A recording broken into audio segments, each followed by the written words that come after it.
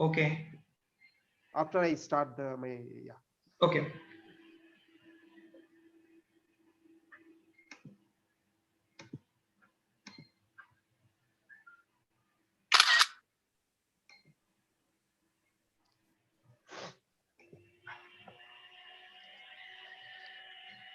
Okay, so it's a pleasure to welcome all of you for another edition of the NSF Wednesday Colloquium. And Okay. basically it's a although a warm sunny day here in Mumbai, but we all know we are in the middle of a second wave of the pandemic that has put all of us maybe not exactly jobless, but it has put all of us back to rethinking, rescheduling our work times and how we should carry out our research and other kinds of activities in daily life. But in the middle of it, it's always good if we have organized discussion of science that keeps our mind away from such a very depressing thought, and things not falling in place for many of us and many of our families. Let's actually have some moment of excitement through research. So for this particular Wednesday colloquium, we have Professor Anindya joining us from Indian Institute of Science, Bangalore, from the physics department. And he will be talking about edge equilibration in graphene quantum Hall. But before Anindya starts his talk and I introduce him formally, I just wanted to tell for Anindya's sake, as well as for those who are joining the NSF Wednesday colloquium for the first time, that the colloquium forum is as old as TIFR itself. And especially this one, the Wednesday Colloquium series, was started by Professor Homi Bhabha, our founding director of the Institute. And it has been a traditional place for all scientists under the National Sciences Faculty umbrella. That means physics, chemistry, and biology to get together on a Wednesday at 4 p.m. and listen to the experts, from international experts as well as Indian experts, talk about the most exciting things that are happening in their individual respective fields, but explaining to the audience in a much more general manner. And that really engages people across fields, across communities, and maybe spurs on collaborative efforts. So today's speaker is no different. And I just wanted to give a sort of mini introduction to Professor Anindya. Professor Anindya obtained his master's and PhD in physics from Indian Institute of Science, Bangalore in 2004 and 2009 respectively. He was employed as a postdoctoral fellow at the Weizmann Institute of Science from 2009 to 2013. After that, he joined the Department of Physics in IISc as an assistant professor in 2013. And of course, his main research area, as evident from the title of the talk, is on quantum transport properties of mesoscopic structures in reduced dimensions, like two-dimensional graphene, two-dimensional transition metal dichalconogides, and topological insulator and one-dimensional nanowires. He actually sort of has come up with wonderful recent work on unconventional Andreev reflection at the interface of graphene and superconducting junctions. And so his work sort of spans over transport and gets into the regime of superconductivity. So Anindya, it's a pleasure. Thank you for accepting this invitation, and thank you for actually making us go away from all the things that are happening around us for a moment. Thank you. Thank you, Jyotisman. Can you hear me? Yes. Okay. Okay. Thank you, Jyotisman. Thank you very much for having me here. I'll just turn on my video. No problem. Yeah. I'll make it full screen. Can you see my screen? Yes. Perfectly. Perfectly. Okay. Let me make my pointer ready. Good. So, okay, thank you very much for having me here. And I guess everyone is safe and, during this difficult time. And I'd like to thank Jyotisman as well as Pratapda for inviting me to give this prestigious colloquium. So today I'll give a talk about a topic which has been extensively studied on quantum Hall systems based on gallium arsenide two-dimensional electron gas. However, is very little known for quantum Hall systems in graphene. And as my title of this talk suggests, that I'll talk about this age equilibration in graphene quantum Hall. Please interrupt me if you have any question or any comment or any suggestion. You can interrupt and you can ask me. So before I go to the details of this today's topic, so this is the group of quantum transport group at IISc, and we have been working on look at the transport phenomena at ultra low temperature and high magnetic field on various systems, as Jyotisman was mentioning, mostly two-dimensional systems, topological insulators, and nanowares. So here you can see the group image, and I'm lucky to have highly this motivated and hardworking students. And today's talk, which I'm going to talk about, is done mostly by Arup and Saurav and Ravi.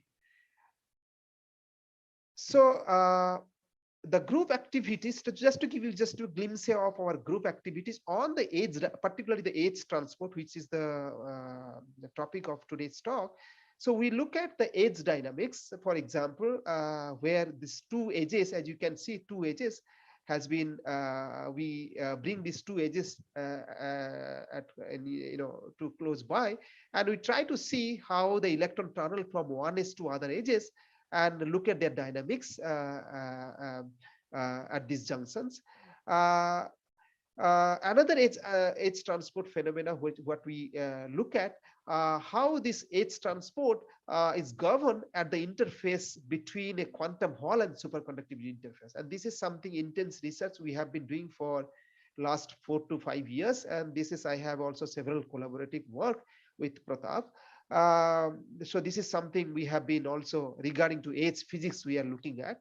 And in today's talk, I'll be talking about how, we also look at how the heat energy or heat current flows in the graphene quantum Hall. And particularly today, I'll talk about how the heat current flow for the fractional quantum Hall state in graphene. So I'll try to cover this, this last part, the heat transport in fractional quantum Hall graphene. If the time permits, I'll probably touch upon this edge dynamics where, in graphene p-n junctions. So before I go to detail, so let's ask the following question: what is edge transport? And to answer that, let me give you the the system we are studying. So we are talking about the graphene system, and graphene we know is a single atomic layer made of carbon atoms, which are arranged in a honeycomb lattice, and the electron motion in this system is governed by called Dirac physics. But now if we apply a perpendicular magnetic field, we know this system, which was continuous before, it will create discrete Landau labels. And this, if you look at these Landau labels across the sample, in the middle there is a gap and you have this flat Landau labels. But at the physical boundary of your sample, this Landau label will bend. And this is because of the confining potential. And now you can think, let's say if I change my Fermi energy, and in this picture as it has been shown, where the Fermi energy is between two Landau labels, where the bulk is insulating, but there is a state, as you can see, where the Fermi energy is touching this, bended Landau label. So there is a conducting path, and that conducting path, which is sort of like a one-dimensional conducting path, this is known as a edge state. Okay. And here in this case, which is, the chirality is the anti-clockwise. And this eighth state, one of the beauty of this eighth state is this is the manifestation of the topology, and it has a robust quantization of several thing. For example, electrical conductance from a single edge, it is determined by this fundamental constant, as we know, is square over edge. So for a single edge, the quantization of this electrical conductance is square over edge. If you have two edges, it should be two square over edge, and so on. Similarly to the electrical current, if you measure the thermal current, for example, you can imagine that I have two temperature reservoir. One is this reservoir is hot and another is a cold end this side. You can ask, what is the heat? The heat current will be flowing across this one-dimensional edge. And it turns out it also has a robust quantization, and it is determined by another fundamental, except E, it is also determined by fundamental constants like pi square kb square by 3h. For a single edge, it will be pi square kb square by 3h, or if you have two edge, it will be twice of that, and so on.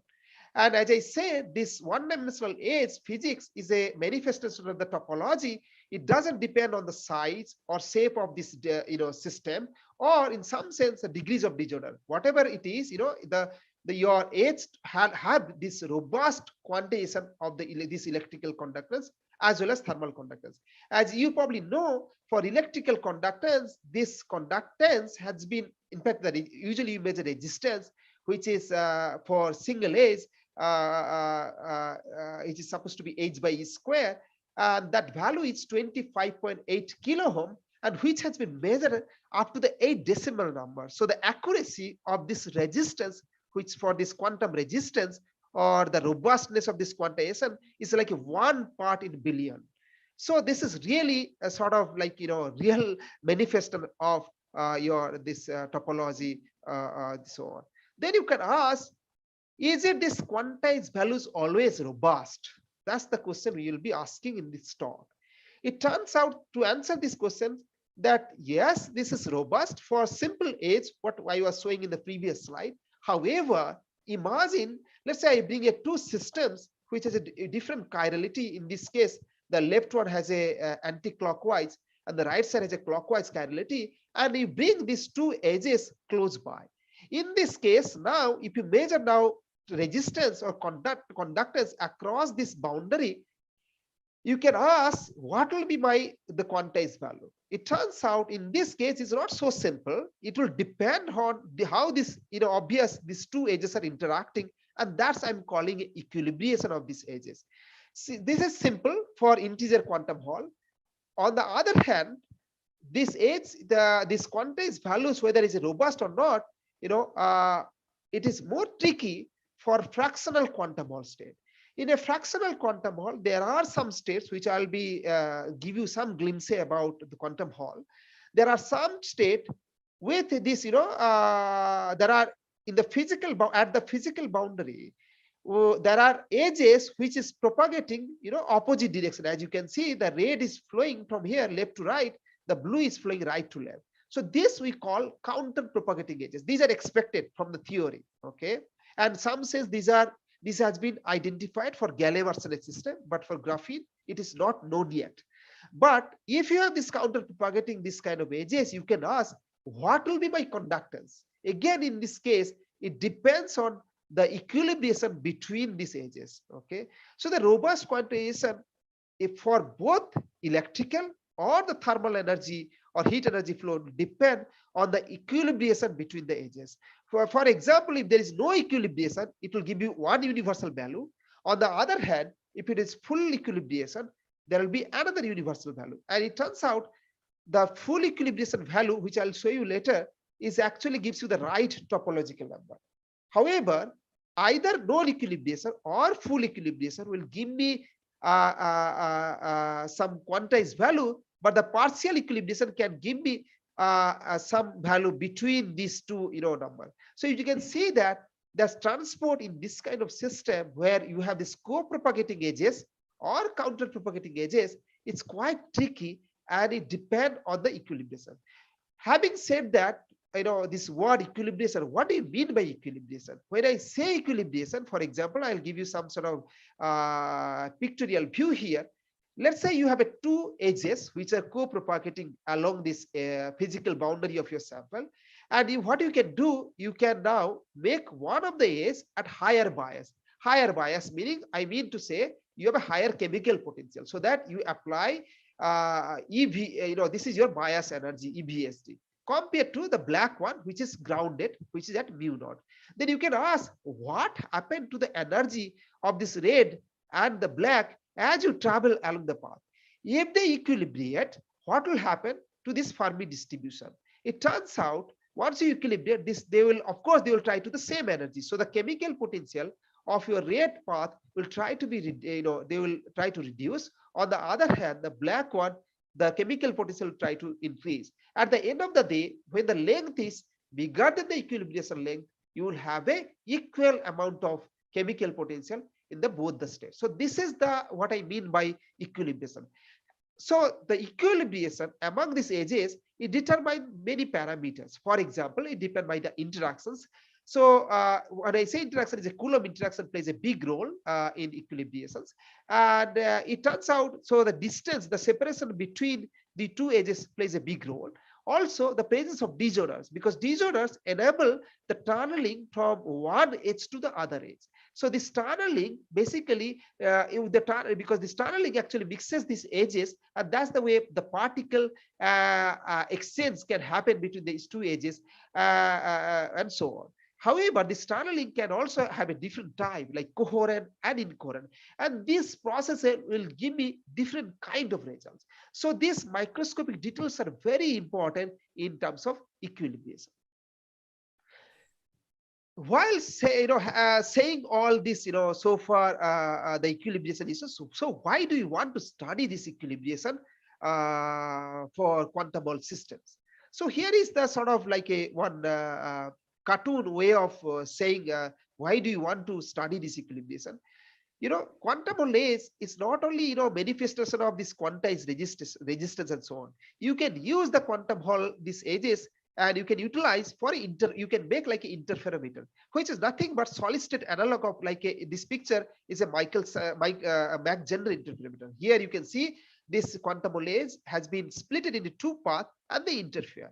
And once you make an interferometer, there are lots of things you can do. For example, if you can make an interferometer made of fractional quantum Hall state, then it is something dramatic, exotic things can happen. For example, because these fractional quantum Hall states are no longer simple fermion, what you know for integer quantum Hall in this picture.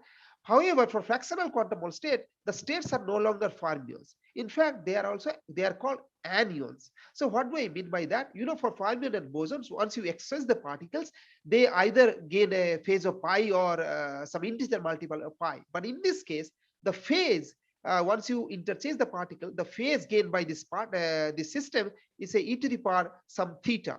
Okay, so that theta can be any value between the pi and 2 pi, and these are called anyon, and which are supposed to show fractional statistics. Not only that, there are some fractional quantum Hall state which is called even denominator. In those cases, if you interchange this particle, so they are actually unitary transformation, and in this case the statistics are not abelian. So what is the usefulness of this thing, this kind of particle?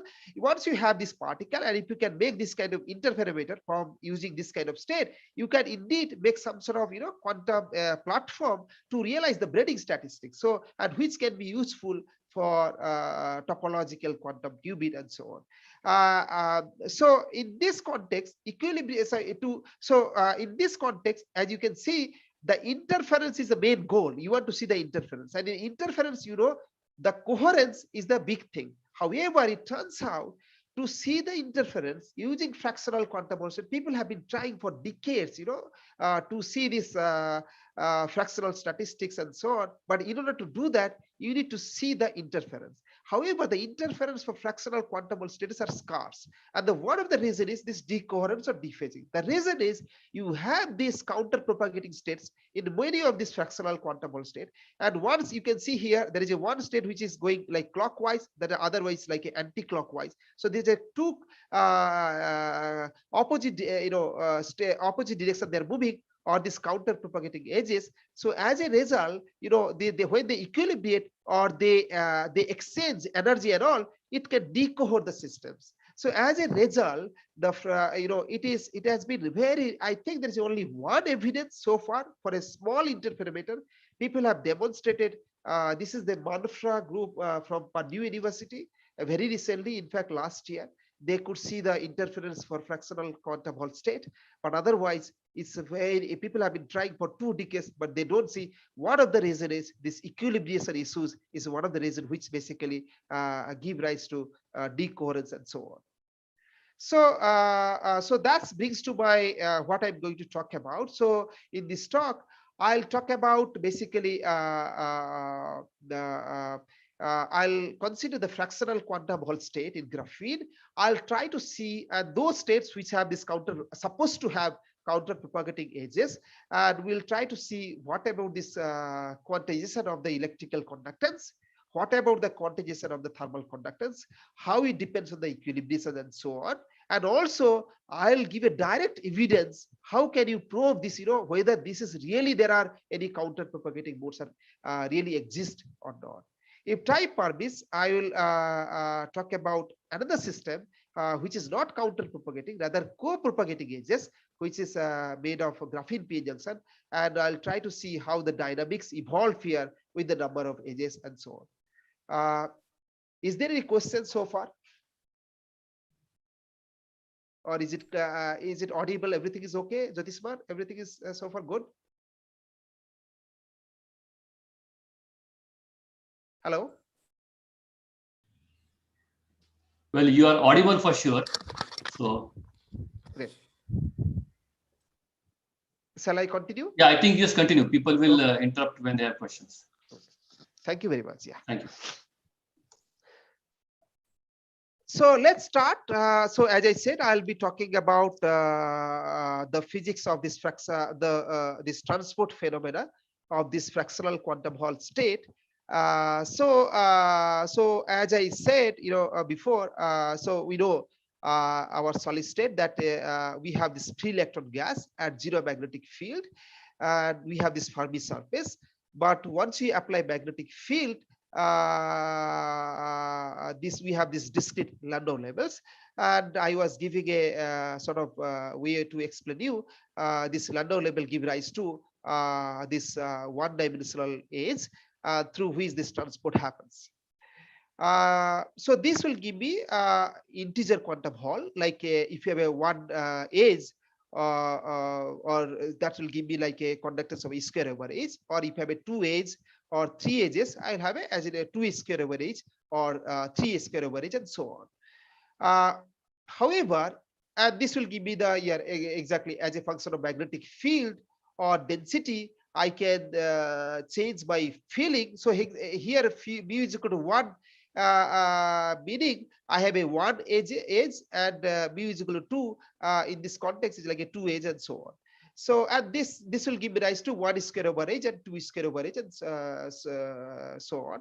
This has been seen for various systems, starting from gallium arsenide and AlGaAs 2-dimensional heterostructure. However, in reality, we know you don't see not only this integer, this conductance plateaus, which is like a 1 and 2 and 3 and so on, but you see lots of fractional values of conductance. For example, 1/3, 2/3, 4/3, and 5/3, 7/3, 8/3, and so on. These fractional conductance values in terms of E square over H, you cannot explain by this single particle picture, which gives rise to this Landau level. To explain that, you need to have you need to incorporate the interaction physics. In fact, this is the manifestation of many body this strongly correlated fluids. There are several ways to understand fractional quantum Hall states. Here I'll give you sort of like a cartoon picture of this again in terms of composite fermions.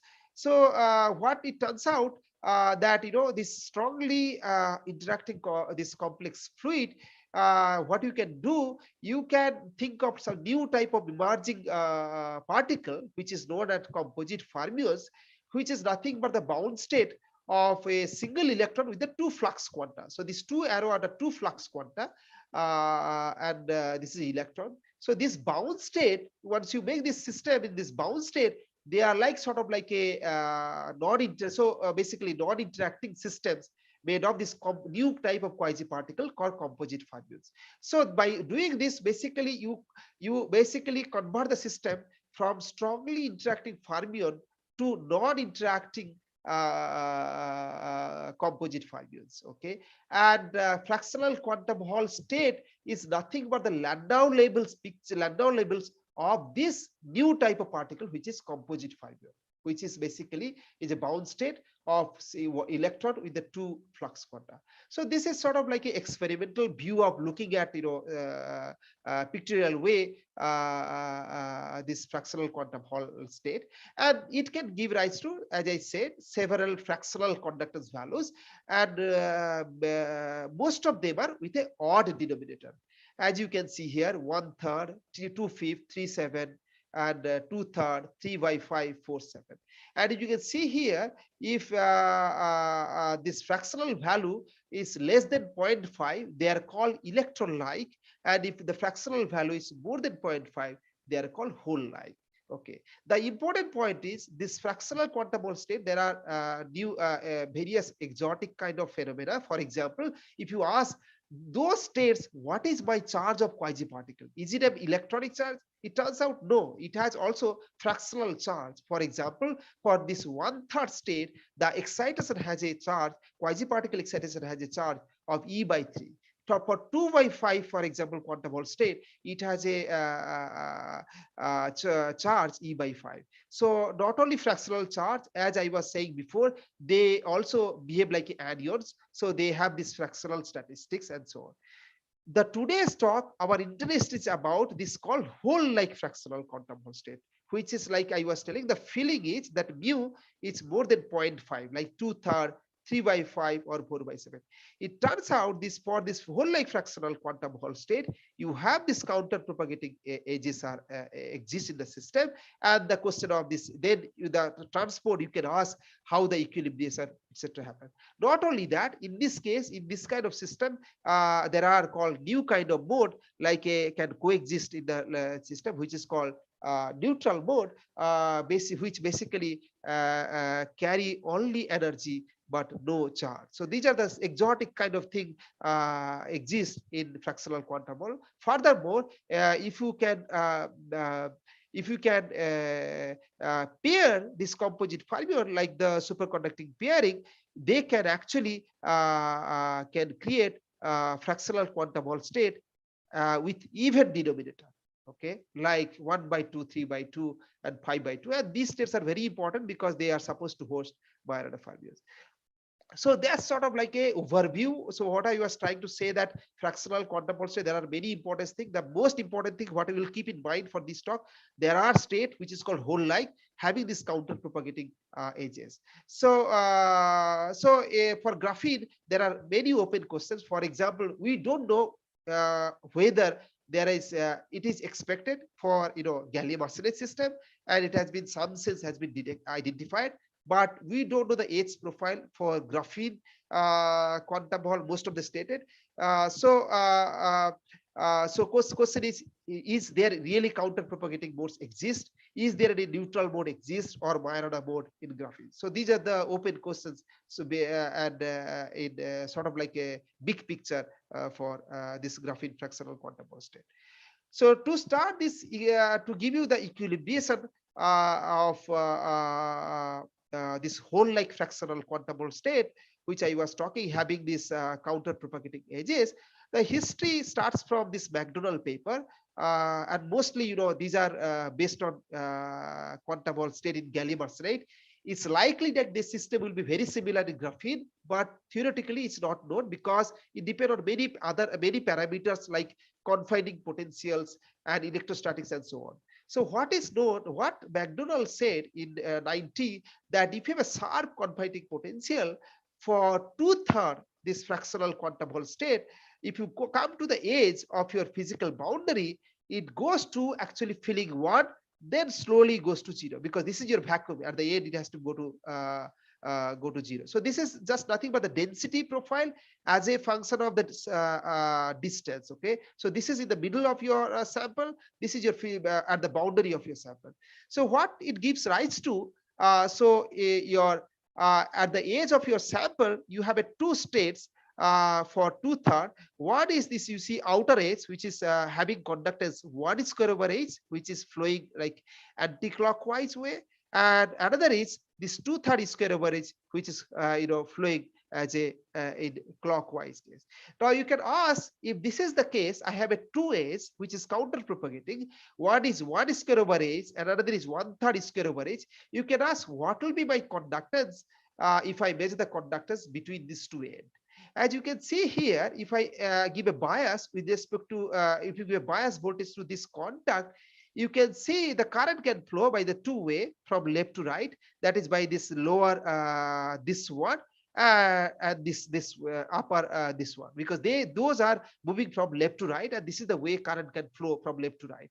And one having conductance 1, another is 1/3, so the total conductance will be 4/3 square over h. However, it turns out most of the experimental people have seen universal values of 2/3 square over h. So this was not, somehow not agreeing with what you expect from the theory. Then, in 1994, Ken Fisher-Polchinski came, and they say this concept of now interaction. They say, okay, this is not so simple, because these two actually edges, they interact each other. There are two regimes. If the delta is equal to 1, this is called strong interaction regime. And if delta is equal to 2, is called weak interaction regime. And presence of disorder, and if there is a coherent tunneling, and so you can show that this bare board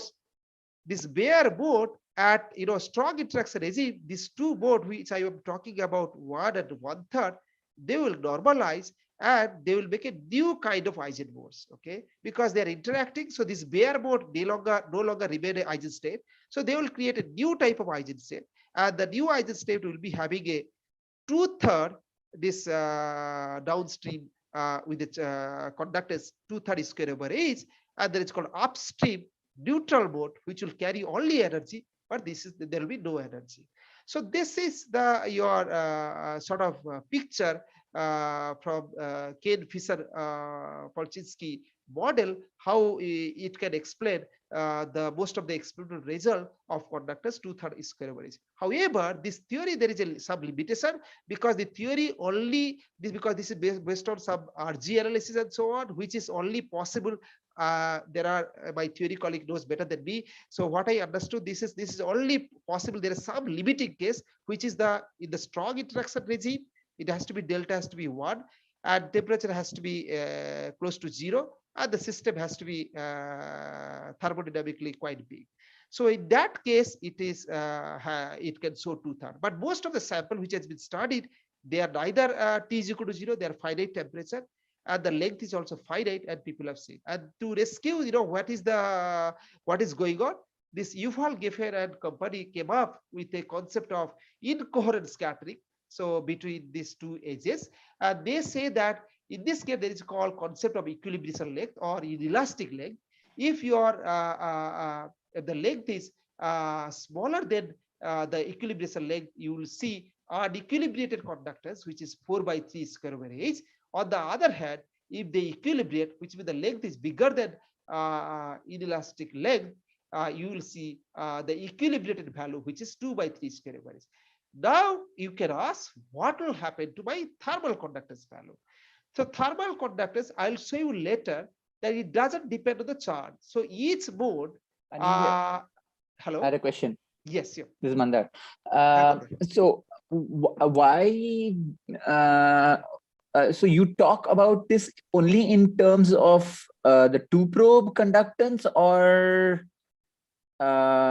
also what happens to the Hall resistance? A very good question. So as you can see, this is the two-probe conductance I was saying. Yeah. Because as you can see, this I'll be talking later. If you put a more contact, because contact will introduce the equilibration, right? Yeah. Between the edges, and that will change the conductance itself. Mm-hmm. So the even to answer your questions, so if you have a multi-probe geometry, even if I measure this between the source and drain, the conductance will no longer 4/3, it will be different value. Okay, so which will not be different value if it's completely equilibrated. If it is completely equilibrated, and if you do this multi-probe, now if I make a Hall bar, then it will give you my, again, irrespective of contacts, the conductance will remain same, and we'll always see this 2/3 square. But the argument is kind of circular, right? I mean, if I measure a conductance in this, then how do I know what is the level of equilibration from a single measurement? Yeah, so you were right. You, I mean, if you see 4/3, for example, is square average, right? In this between these two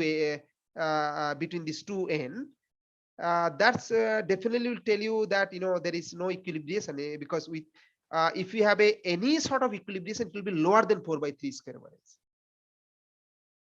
So that the limiting value is 4/3 to 2/3.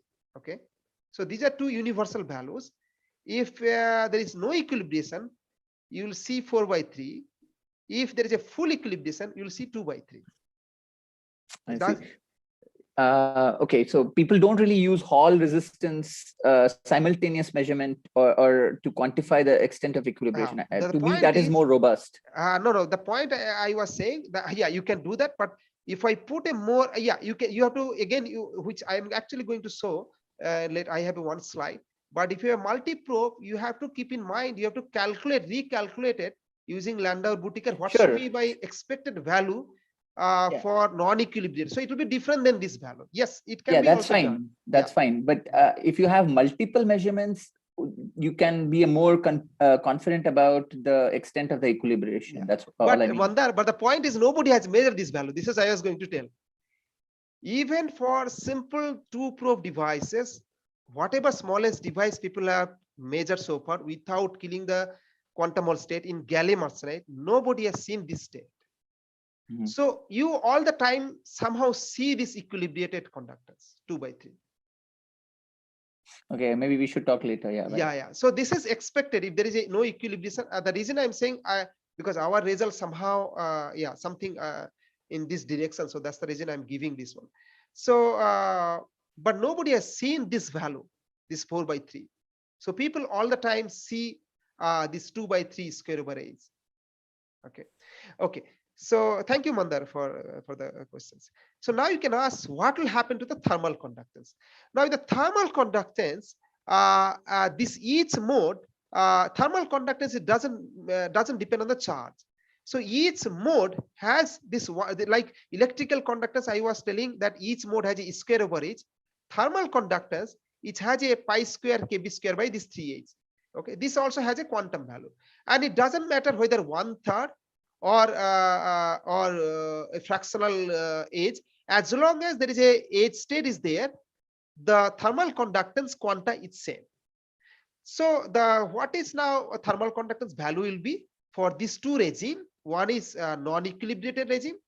In this case, the thermal conductance will be the sum over the number of ages. Here I am calling this ND and NU. The ND is number of downstream. Downstream mean which follows along the chirality of your system. The chirality is defined by this external magnetic field, which is your this red arrow. On the other hand, this counter propagating edges, which which is going opposite to your expected chirality, which we are calling upstream mode. So there are two type of modes you can see. That is called downstream and upstream mode. So the thermal conductance will be just simple sum of these two modes. So in this case, there are two of them, and in this non-equilibrium regime, the total thermal conductance will be 2 of quanta k0.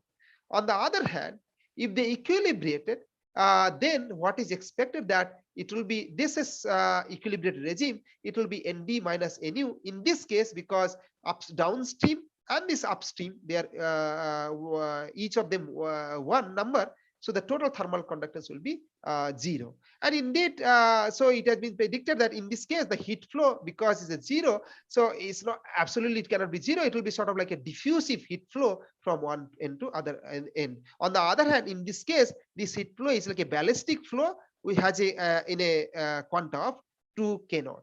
And in a in gallium arsenide system, this is the regime, the right side regime has been seen, both electrical conductance and the thermal conductance. It has been reported only the equilibrated regime. So so I think so the equilibration in graphene contest, maybe I'll not put this one PN junctions. In fact, Mandar has lots of work in graphene PN junction as well. So in the fractional quantum Hall state, having this counter propagating both in terms of electrical conductance and the thermal conductance, very little known, I mean, electrical conductance, there has been many measurements, but thermal equilibration, very little known about in this kind of system. So to study this, we make this fractional quantum Hall state from this graphene. I'll not go through in detail. So use this called atomic Lego. So in this process, what you do, you can stack graphene between boron nitride dielectric, and you can have extremely clean devices. And over the years, we also have improved since I joined as a faculty here. So we started with this substrate on silicon dioxide. Nowadays, we make the graphene not only boron nitride encapsulated, they are also graphite encapsulated. So this graphite, which is nothing but a highly conducting layer, which behaves as a highly screening layer, and that's actually enhanced the mobility. And we have found almost close to million mobility in this case. And this is very essential to see fractional quantum Hall state in a benchtop experiment. So this is the electrical conductance I'll be showing. So let's think this simple device. These are the graphite gated, both side graphite gated bilayer graphene devices. So you have this 4 contact, and you can make different type of measurements. For example, I can inject at contact A, I can ground at contact C, and I can measure voltage between B and D. That's like a 4 probe, and this will be give me the sort of like a RXY or Hall voltage. Or I can inject at current A, I can ground all of them, D, C, and B. And if I measure the voltage between A with just remaining all the grounds, that's like a sort of like a 2 probe measurements. Or you can inject at contact A, ground at C, and measure at B. That's like a 3 probe this thing. And so if I show you the just Hall measurement, this is like the response of our one of the representative devices. We can see that integer quantum Hall 1, you can see 2/3 RXS goes to 0, and 1/3, 2/5, and 3/5. And we have done for several devices, and these are the quantum Hall state we see nowadays for several devices, like this electron-like as well as this hole-like, which has been highlighted by red here, which is the interest for today's talk. This 2/3 and 5/3 and 8/3. These are the hole-like state having this this thing. But what I was trying to say that in this kind of device geometry, whether I measure 4 probe or like the 2 probe, the conductance always, the major conductance values always remain same. It's always 2/3, which I was saying that nobody has seen that 4/3 square average. Even in fact, for our device for 10 micron, even we have measured for 5 micron channel, this conductance, whatever the way you measure, it doesn't matter. It is always remain 2/3 square average. So this is telling us something in terms of equilibration. So I'll just give you that when the conductance values doesn't depend on the which probe you are measuring and how many contacts it has. So that telling you something special, because when you have a counter propagating mode, the conductance values depend on how many contacts do you have. So this is the picture I was going to say, that in a normal integer quantum Hall, when you have this kind of only one edge, and if you measure the conductance between these two edges, it will be 1 square average. However, this conductance will not change if I put one more contact here. So because in this contact, what will happen, the whatever current comes in, it will come out and it will give the same conductance, because there is no back reflection. Okay. On the other hand, in this kind of state, which is very similar to helical edge or like a spin Hall state, where you have the 1 and 1/3, and you can ask what should be my conductance between these two ends, and if there is no interaction between these two edges, I will see just nothing but 1 plus 1/3, which is 4 by 3 square average, because this one is conducting, taking the current, as well as 1/3 is current. Now you ask, what happened if I bring now one more extra contact here in the middle, and I'm measuring again between this source and drain? The conductance will vary, because in this case, this contact will equilibrate between, because at the contact reservoir, they will equilibrate these two edges, and that whatever the edges will come out from this contact will have a same chemical potential. As a result, for this example, you can show that actually whatever current was coming in, 75% will be transmitted, 25% will be reflected back. And in this case, if you measure the conductance between these two values, this is a very simple example. One can do this exercise using Landau-Whittaker formalism. You will see this case conductance, because by introducing this single this ohmics, it will be different value. It will be 3 by 4, because as I said, this will be 75% will be transmitted of this thing, rather than 1. It will be 75%, which is 3 by 4, and the remaining one, the bottom one will be 1/3. So in this case, it will be 13 by 12. Similarly, if you put a one more contact here, it will be again different value. So what I'm trying to say, whenever you have edges or having this counter propagating, and there is no equilibration, now the conductance value will dramatically vary depending on number of edges. However, what I was trying to give you a glimpse that for our devices, like we make a two kind of design. One is this simple 4 contacts, and another device like this kind of hall bar having a floating contact. Again, here also I can inject here. I can measure at this point, or I can measure at this point, which I call is a reflected point, or I can measure at this point, which is a transmitted point. What we see the values, and we have done for this state 2 by 3, 5 by 3, 8/3, we always see this equilibrated values, this 2 by 3 square average, or 5 by 3 square average, or 8 by 3 square average. Okay, so we don't see any signature of no equilibration between the, because if there is no equilibration between the edges, you would have seen different values, and this is something I have calculated using the Landau-Whittaker formula for if you have so many contacts. For example, at the source contact, you would have seen for 5/3 rather than 5 by 3, you would have seen 2.16 square average. So the takeaway message from this slide, what I was trying to say, that if there is no equilibration between these edges, your conductance value will depend on how many contacts and so on and so forth, and where you are measuring. On the other hand, what I am trying to say you that in this kind of devices, it doesn't matter wherever I measure, whether Hall probe or 2 probe or 3 probe, I all the time measure this for this example 2 by 3 square average. That telling me that this is like the expected regime of full equilibration. Okay. Now you ask, what happened to the thermal conductance now? So so having said that, here I'm just trying to give you what is the thermal conductance. Electrical conductance, we know you give a bias energy and you measure current, or you give a current, you pass a current and you measure the voltage drop, and the ratio between the voltage drop to the current, that's called the resistance. On the other hand, in the thermal conductance, what you do, you create two different temperature reservoir, having two temperature reservoir at different temperature, and you can ask what is the heat current flowing along this edge, and this heat current is proportional to this temperature difference, and the proportionality constant is the thermal conductance. And as I was saying, this thermal conductance has this quantum value, and which has a sort of like a picowatt per Kelvin square this thing, and it doesn't its value is independent of fermions, boson, and anion, so it's supposed to show you same value for any type of particle except Majorana, and that's sort of like a it is known that if you measure for Majorana, you are supposed to see half of this quanta. Okay, half of this quanta, which is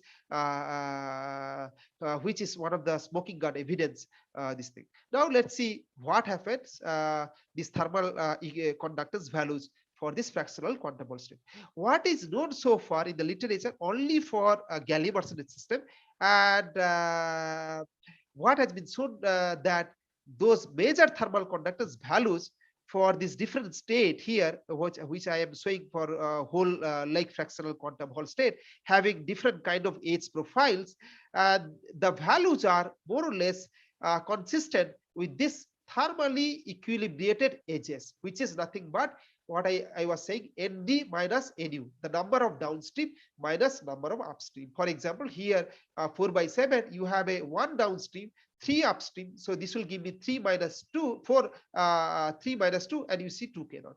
Except 2/3, which is supposed to show 0, but as I said, is a diffusive heat transport. You need a really longer length to see this actual 0, but nevertheless, they see very small value compared to unequilibrated thermal conductance. So this result, gallium arsenide, suggesting they are equilibrated thermal conductance values. So now let's see what happens to our graphene system. So what I showed you before, the electrical conductance demonstrating the full equilibration. So I expect the thermal conductance should be probably in the equilibrated region. So the way we are doing here, this is the device structure we use. So what you have, as you can see, there is a hall bar device. With the hall bar device, there is a one floating contact at the middle. So this floating contact, what you do, when I inject a current here, this floating contact basically would give a partition to this current. Half of the current come back to this right side, go to this ground, and half of the current it goes to this side and go to this ground. So by these two, this partitioning is very important, which I'll be explaining in the next slide. So this is the characterization of this sample, and this sample we see this 5/3 and 8/3. These are the whole that whole conjugate fractional quantum Hall state in this device. And here you can see the voltage measure at this reflected path and transmitted path, and there you can see it's on top of each other. It's demonstrating that the current is equally partitioned along these two paths. So the technique, so as you see, for thermal conductance, what you need to have this heat current. You need to know this heat current, and you need to know this temperature difference. If you know that, the ratio between the heat current and temperature difference will give me the thermal conductance. The way we are doing, as I was saying, I inject the current from the source to this floating contact, and the current is partitioned equally in these two directions. So as a result, what happened? The half of the current goes this way and half of the current comes this way. So you can show as a result, what will happen? The chemical potential will be different. So the chemical potential of this, the injected contact, let's say this is at mu. On the other hand, this floating contact, the chemical potential will be half of that. Okay, because you can see this part is because of this partition, and I/2 is going here, so the chemical potential will be mu/2. So as a result, you can see at this junction, for example, this junction, there is a chemical potential drop between the edges and this contact. So this, you can see these spots wherever I'm saying this this kind of sign. So there is a chemical potential drop, and wherever there is a chemical potential will be drop, there will be dissipation, and as a result of dissipation, there will be some heating. It will create some sort of heating in the system. And we choose the dimension such a way that is it is bigger than the electron scattering length of this metal. So this electron scatter, and they sort of reach the sort of quasi equilibrium state. So the whole contacts get heated and get some temperature. So now you can ask, what will be my temperature of this contact? Because if I have a dissipation, and this dissipation, by the way, I can maybe we can discuss this can be proved very easily. So that depend on this quantum resistance and the injected current, and all these quantities are known very well. So I know what is my heat current in this system. So because of this heat current or heat dissipation, what will happen? This contact will get heated, and now you can ask, what will be my temperature? Now the temperature will rise, and once the temperature rise, there will be temperature difference between this contact, because these contacts are at my base temperature.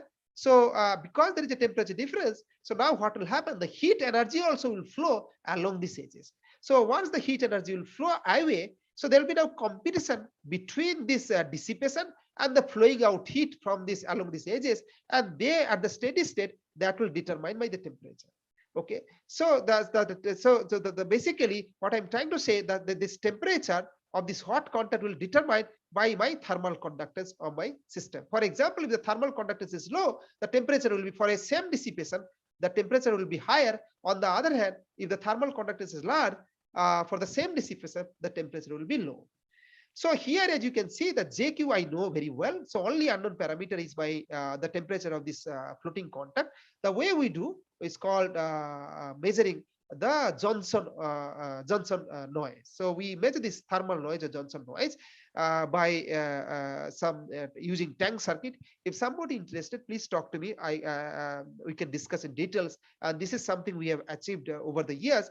And this is the data. So what I'm showing here, when I'm injecting current across this thing, so basically there is a dissipation, and with the dissipation, how this contact is getting heated is reflected in this thermal noise. So basically there are two axes here. There is a x-axis. That x-axis you can convert to your heat current, as I was telling you in the previous slide, and this y-axis you can convert to this the unknown temperature of this floating contact. If you do that, this plot look like this for different quantum voltages. For example, here I have shown for quantum voltages 1, 2, or 6, and you can see this is the temperature with this this thing. So now you can see this JQ is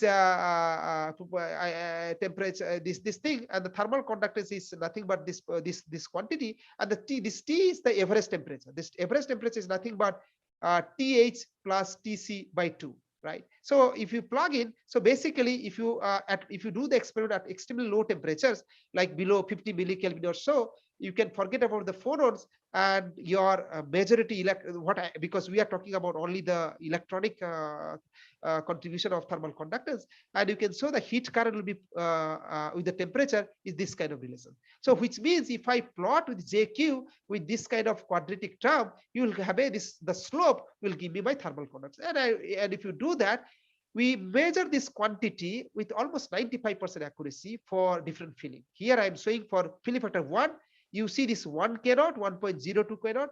This is for filling factor 2, we see something like a 2 K naught.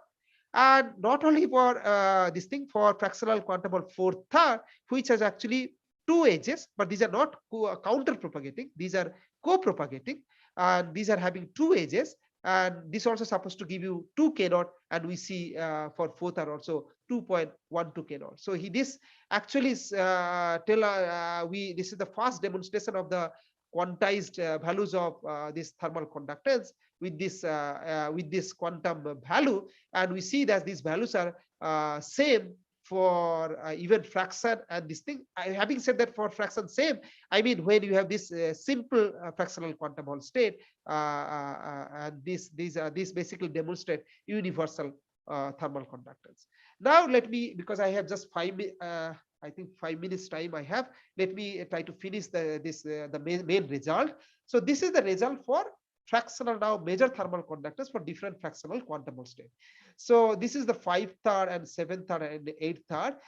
So each of them, again, this slope, from this slope I'll measure the thermal conductance. So let me go to this slide which summarize the main result. So we measure for several these plateaus, like with integer 1, 2, 3, 4, we measure this 4/3, 5/3, 7/3, 8/3, and what we see, this is the equilibrated thermal conductance expected values. For 5/3, there are 2 downstream beat mode and 1 upstream beat. So you are supposed to see 1 K naught. Similarly, for 8/3, there are 3 downstream mode and 1 upstream mode.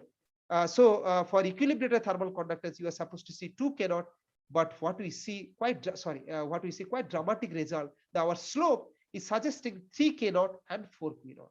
This is exactly the other limit, the non-equilibrated limit, which is a sum of this downstream plus the upstream mode. So the take-home message, our data from what I started saying, that there are 2 regimes, which is at least theoretical level understood. The non-equilibrated regime, where you see the electrical conductance 4/3, and the thermal conductance is sum of the over these 2 type of H state. On the other hand, that is called fully equilibrated regime, the electrical conductance is supposed to give you 2/3 square over H, and thermal conductance is the Nd minus Nu. So we didn't measure for 2/3, but we measure for cousin state, which is 5/3 and 8/3, which is nothing but you can think like 1 plus 2/3 or 2 plus 2/3. But our result, what I'm showing, that electrical conductance seems consistent with this regime. On the other hand, thermal conductance, it seems we are in this regime. How is it possible? So that's the most puzzling in this observation. So thermal conductance, we are sort of like demonstrating completely unequilibrated regime. On the other hand, electrical conductance in the full equilibrated regime. So this to understand, so this is, we have a collaboration with Graphene and Alexander Merlin. So they are the pioneer in this in this field. So what they say, that this is only possible if there is a strong interaction regime. So it turns out, at the beginning, what I was telling, even the Kane-Fisher-Polchinski model, it was shown that in the strong interaction regime, these two modes will renormalize to new kind of eigenmodes, having this ballistic, 2/3 downstream mode and ballistic upstream neutral mode. So these two modes, now they are eigenmodes, they don't talk each other, and they can conduct one quanta of thermal conductance, and they will be so you can then explain our observation of 2/3 electrical conductance, but thermal conductance is sum over these two modes. One is this charge mode, another is this ballistic upstream neutral mode, and giving rise to these values. Strong interaction regime. So we can ask why this, you feel the strong interaction regime is important in graphene, and one of the reasons is which I didn't talk about in details, this confining potential. This boundary of your graphene. It turns out the confining potential in graphene is very sharp, because here all these devices are made by this graphite gate, where these gates are very close to your two-dimensional electron gas. So as a result, the electrostatics are quite sharp at the boundary. So what we are giving a plausible solution, that is probably that sharp confining potential is one of the reason for seeing this strong interaction regime. So these two work, has been published in one of in Science Advance, and another one recently last week in the PRL editor suggestion on this fractional quantum Hall state. Ongsuman, do I have sorry, Jyotisman, sorry, do I have a few minutes, or I'll stop here?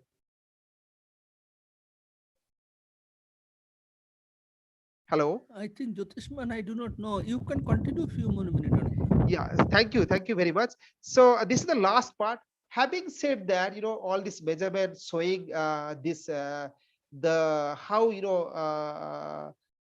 this intricate our equilibration physics, and the graphene showing something completely different regime compared to gallium arsenide system.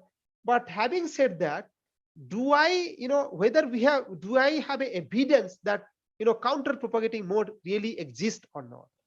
Okay, because these are all like a theory suggested idea. There will be because these are all called bulk age correspondence. From there they say that predict there should be the downstream mode together with this upstream mode, which is we are calling a counter propagating mode. But is there any direct evidence? So I'll not go you any introduction, but what I'm trying to show that we also measure in along these directions, and okay, I'll not go to details, but the main result is we see some upstream noise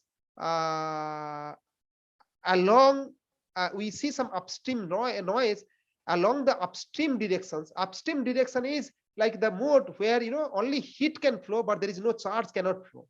So so that some sense is demonstrating a sort of like a direct evidence that we have counter propagating mode and so on. So maybe I'll stop here and I'll conclude what I try to deliver in this kind of in this talk that how conductance and thermal conductance are intriguing. Hello. Yeah. So how intriguing this thing, and graphene shows different regime. So where it shows sort of like a electrical conductance, full equilibration, but at least thermal conductance within our length, which we have measured like 10 micron, 8 to 10 micron devices, that at least there is no signature of thermal equilibration.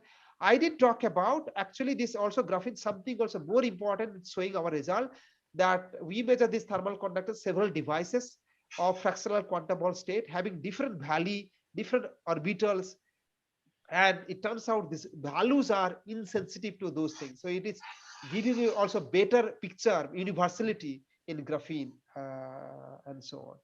And at the last one, the detection of counter propagating mode, I didn't talk about in details, but that is also something we just the measurement is going on, and so on. I'll stop here. Thank you very much for your attention, and thank you very much for having me here. Thank you, Anindya. You can open your video. Yeah. 1 second. Could you switch on your video, Anindya? Yeah. Yeah. Perfect, Anindya. Thank you very much. I would like to thank you again for the very nice colloquium, and I would also like to sort of put into context that there were some questions, but there is also a few questions in the chat box. Okay, Anindya? So maybe we will take them up. If there are no questions directly from the audience, we'll take those up first. Okay. Yeah. Any questions from the audience?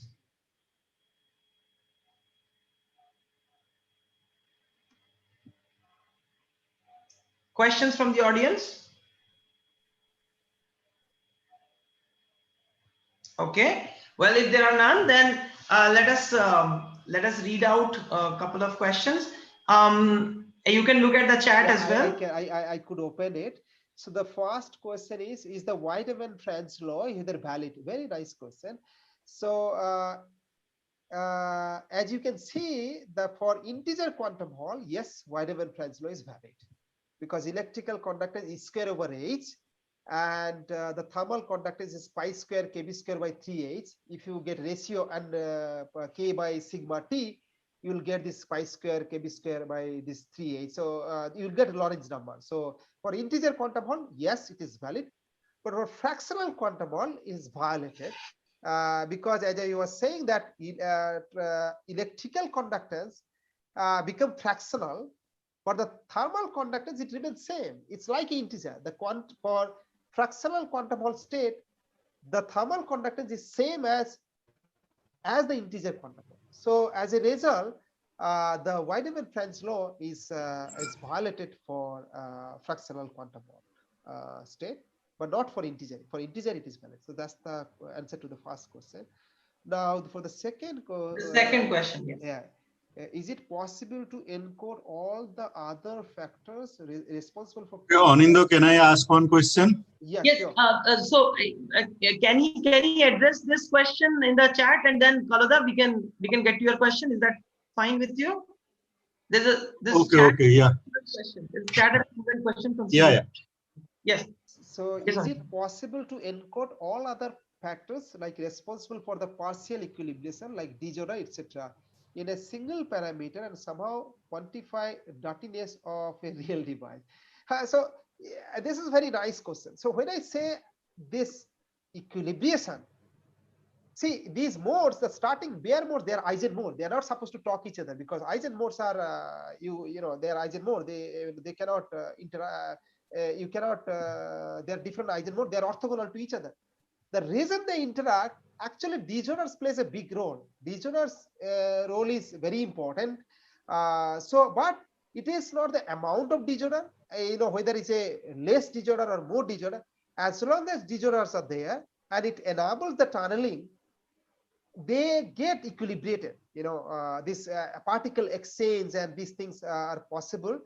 And in the right interaction regime, like whether how far these edges are, when the Coulomb, whether the Coulomb interactions are strong or weak, and presence of disorder, they even though they give these universal values. For example, as I said, for fully equilibrated regime, the electrical conductance and thermal conductance, it has a universal values. It doesn't depend on the degrees of disorder. So in some sense, it is it's much more robust, and as long as you are fully equilibrated. Yes, if you have partial equilibration, the values could, so that if the length is small, it is not bigger than your equilibration length, then the values can be in between anything between these two regimes, and those are not universal values. Yeah. Okay, Kaluda. Kaluda, yeah. Kaluda. So Okay, Anindya. So yeah. Huh? Shubhajit Okay. says. Okay. Okay, Anindya. My question is that these graphene samples, of course, if they are freestanding, they are somewhat independent, but they can be doped pretty easily and so on. So how this behavior depends on the doping, like the charge carrier concentration, as well as the mobility, for example. Right. Because that you talked about disorder and so on. Right. So the mobility of charge carriers will get significantly affected. Because many people, they do this ion implantation, low energy ion implantation, do graphitic substitutions and so on. So to change the carrier concentration and also the mobility. So, you have any comment on that? Yeah, I think very interesting question. So I started this quantum Hall physics, that I said, it is a manifestation of topology. It, some sense, it is not responsible for the degrees of disorder in the some say, this thing. Of course, if the disorder is so much that disorder broadening is comparable to your cyclotron energy or Landau level spacing, then of course you will not see quantum Hall. As long as your spacing is bigger than that, you will see this robust physics. So let me answer your mobility. Mobility is very important in order to see this fractional quantum Hall state. So though we know that quantum Hall disorder also, you need to have a disorder to see the quantum Hall, but it's not like such a regime. The mobility has to be extremely high, extremely high. For example, if you want to see this fractional quantum Hall state like 1/3 and 2/3 in graphene in reasonable magnetic field like 8 or 10 Tesla, you need to have a mobility like at least 1 lakh or similar kind of mobility. So mobility is very important, and that's the reason it's challenging to make this kind of extremely clean devices. Otherwise, you will not see this kind of state. So that's your mobility plays a big role in kind of device response and to see different states in your quantum Hall. Regarding density, so actually in my experiment, if you look at different quantum Hall state, the way I am achieving this quantum Hall state by changing this gate. So we have this silicon dioxide gate. So by that we do this. So that's not a chemical doping, but it's an electrostatic doping. By this way, I can, so you can think like a capacitor, and by this way, we change this number of carriers in the systems. And yes, doping has an effect in some sense. So if you have for example, some higher Landau level, for example, 5/3 or 7/3, they are more robust compared to like their counterpart, like a 4/3 or sorry 2/3 or 1/3. The reason is in higher doping, there are more number of edges are there, so that so you can think like the screening etc. is much better in the system. So some higher order plateaus, by changing the density, is easier to see. So that's sort of like I can think of effect of density. Although 4/3 or 1/3, they are similar. The physics is similar, but in terms of plateau robustness, 4/3 is better than 1/3, and that could be one of the reasons is doping is high, and sort of you can think like your screening is high in the system. I see. Okay, so another thing is that this as we were talking about, if you have electron correlation and so on, so these bands are not linear anymore. It means it deviates from the linearity.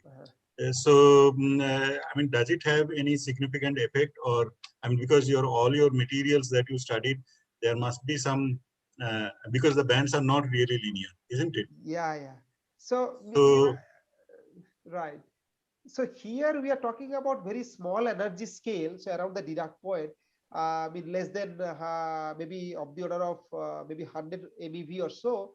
So there it is in a linear regime. see, Yeah, 100 MeV or so. So, but okay, so in that case, it doesn't really really, matter. yeah, But of course, you know, the slope of the bands becomes very different.